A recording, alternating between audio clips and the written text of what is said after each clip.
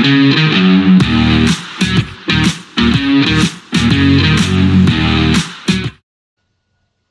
welcome back to the Supercoach Nuff channel. In this video we're going to review game week 32 of the 2024-25 Fantasy Premier League season, as well as preview game week 33. So with the extra game this morning between Newcastle and Crystal Palace, hasn't quite locked out at the time of recording.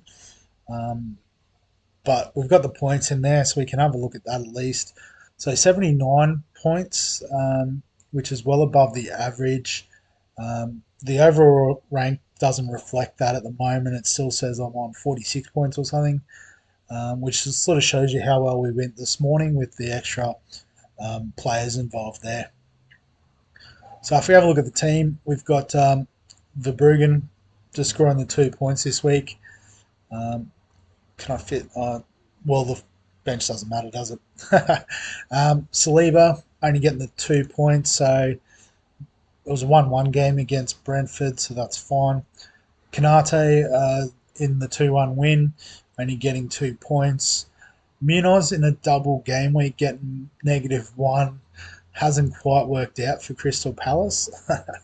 So as you can see, a 0 and a -1, conceding 10 goals in the last 2 games. Livramento getting clean sheet this morning though, getting him an 8-point return.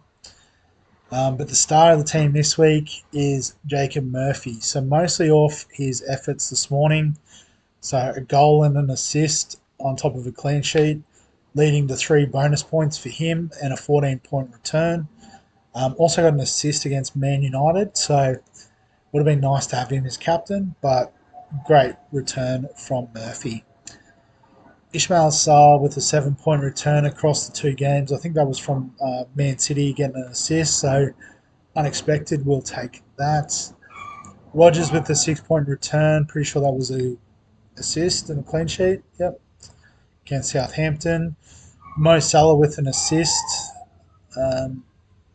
and a clean sheet point. So he must have gone off just before West Ham scored. That's very convenient. Extra point there for the big man. Palmer with a 4-point return. So what's that, an assist?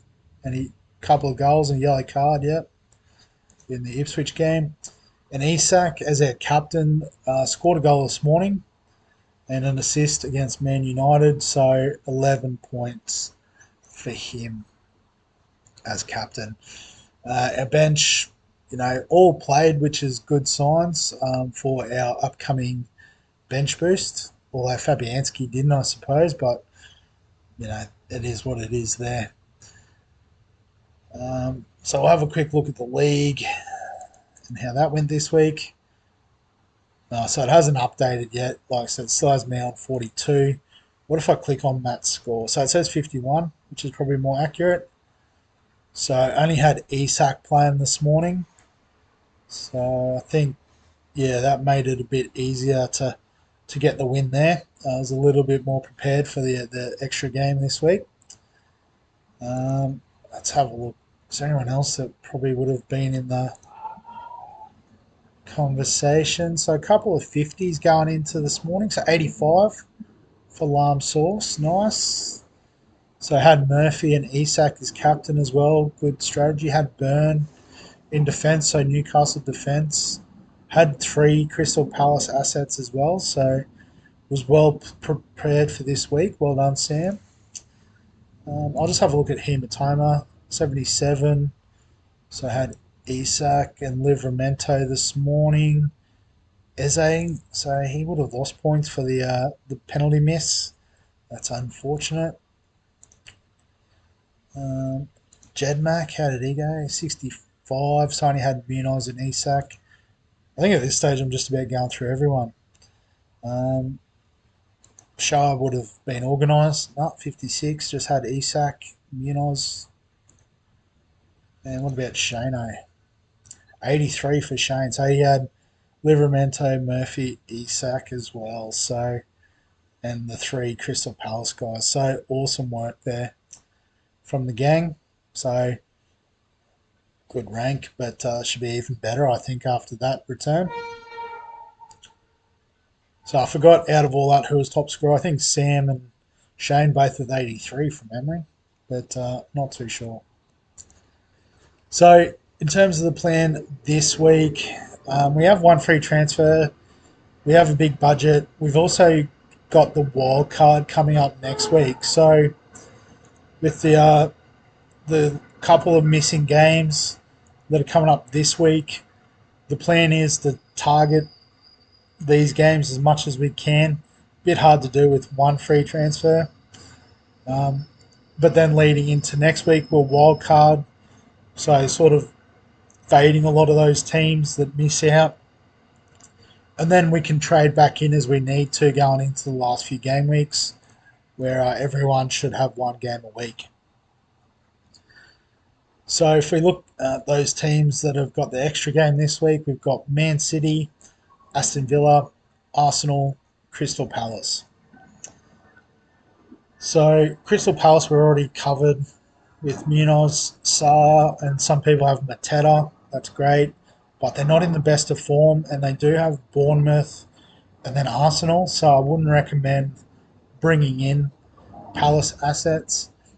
Villa have a couple of tough ones against Newcastle and Man City, so very similar to um, Palace last week. They had the same, yeah. They had Man City and Newcastle as well, and didn't really pan out the best for them. So I'm not saying trade out of Rodgers if you've got a Rodgers because he does play two games, but I wouldn't necessarily be targeting Villa assets. So we're looking at Man City, we're looking at Arsenal. So Arsenal have Ipswich away, which is nice. Crystal Palace at home, which based on current form is pretty nice. Man City have Everton away, which isn't as easy as what it was at the start of the year. And then Villa at home. So I think on balance, probably the nicer team to target is Arsenal. So in saying that, we will have a look at Man City if you do want to go that way. So in terms of Man City assets, if you haven't got Guardiola, you could obviously get him in defence. Um, Maybe Ruben Diaz if you're just looking at clean sheets. It's Rico Lewis back in the team inconsistently. So probably, yeah, so it's probably Ruben Diaz and Guardiola would be the two nailed on defenders by the looks of it. Kishinov hasn't done anything for a few weeks, so not too sure who else they've got in defence at the moment. Guess maybe playing some wing back sort of situations. In the midfield, so I was interested to see Savinho is actually number one on this list, scoring 100. At 6.2 mil is good value, but hasn't really done much the last couple of games. I guess KDB being back is very interesting as a point of difference. 9.3 mil, only 5% ownership, so I could definitely see that being an option. Other than that, I don't know if there's any sort of nailed on options like Doku's come off the bench. Grealish, what's he doing? Not much. Marmoush, I guess, if you're looking for a forward, I don't hate as an option. He's been consistently playing, consistently returning. So, yeah, so if you wanted to bring in a forward, I think Marmoush is the best option. But for Arsenal, obviously, if you haven't got Saliba, he's probably the defensive option. I'm guessing Timber's been, oh no, he's come off the bench. So, um, Ben White, no, not. So, I'm trying to work out who their actual defenders have been lately. So, uh, Kivor, I think is how you say that.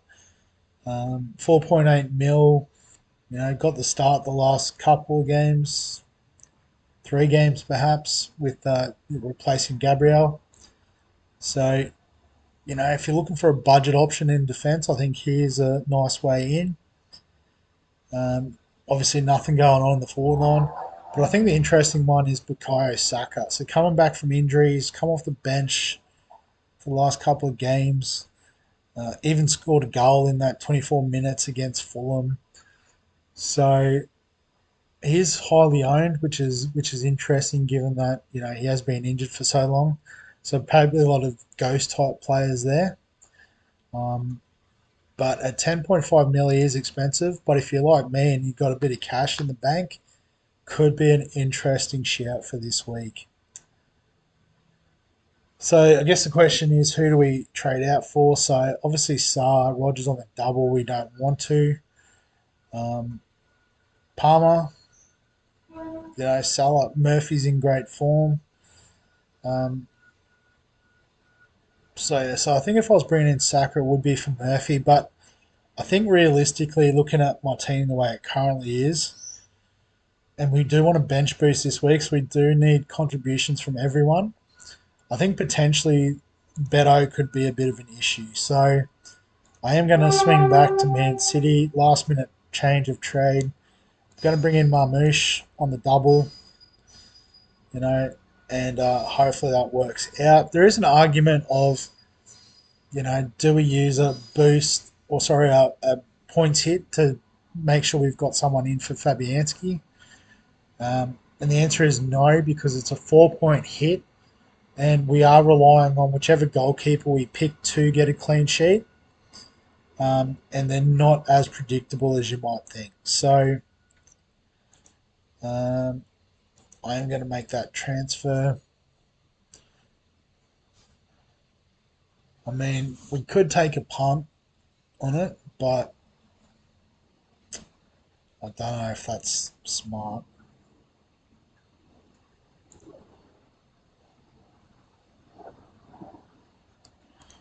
Let's have a look at goalkeepers real quickly.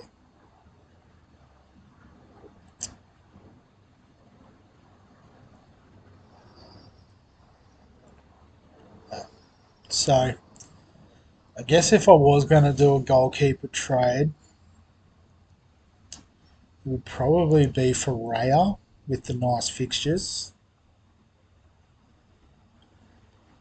But saying that, he's conceded a goal each of the last 3 weeks.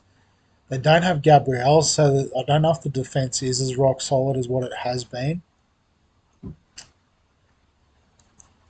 But I guess I'd only really need one clean sheet out of two to make it work.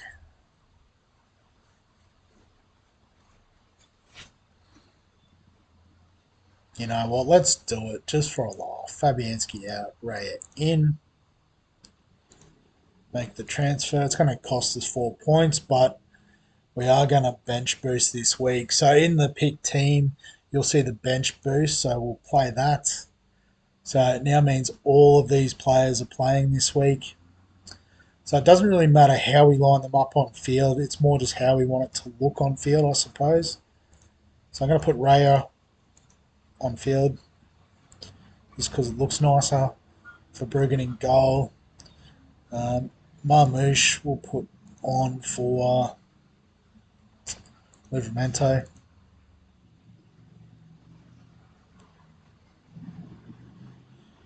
And Chris Wood. No, he can stay on the bench. So, yeah, so one beside. So, I guess looking at the squad, we've got Raya on the double, which is nice, and Saliba. It's a double Arsenal defence. So, hopefully, a couple of clean sheets there.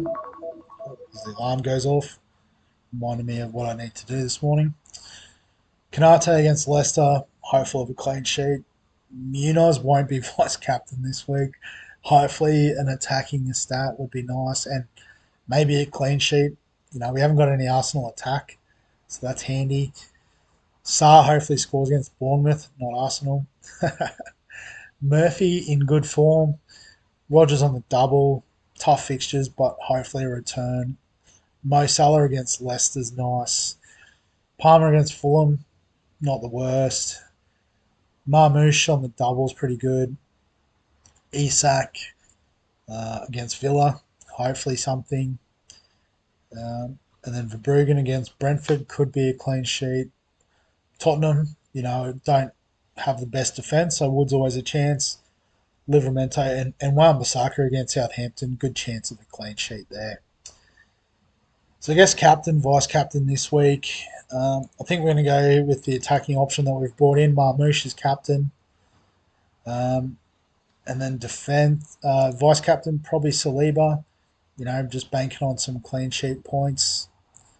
So let's save the team, bench boost, and then get ready to activate our wild card in game week 34. So I don't know if I can fit the whole team in. Just remember Ray is in goal and the bench is on, and we'll wrap the video up there. So as always, if you've got any questions, comments, thoughts, feel free to add them below this video. Give us a like if you enjoy the FPL content. Subscribe for all the fantasy sports content on the channel. And other than that, we'll catch you in the next one.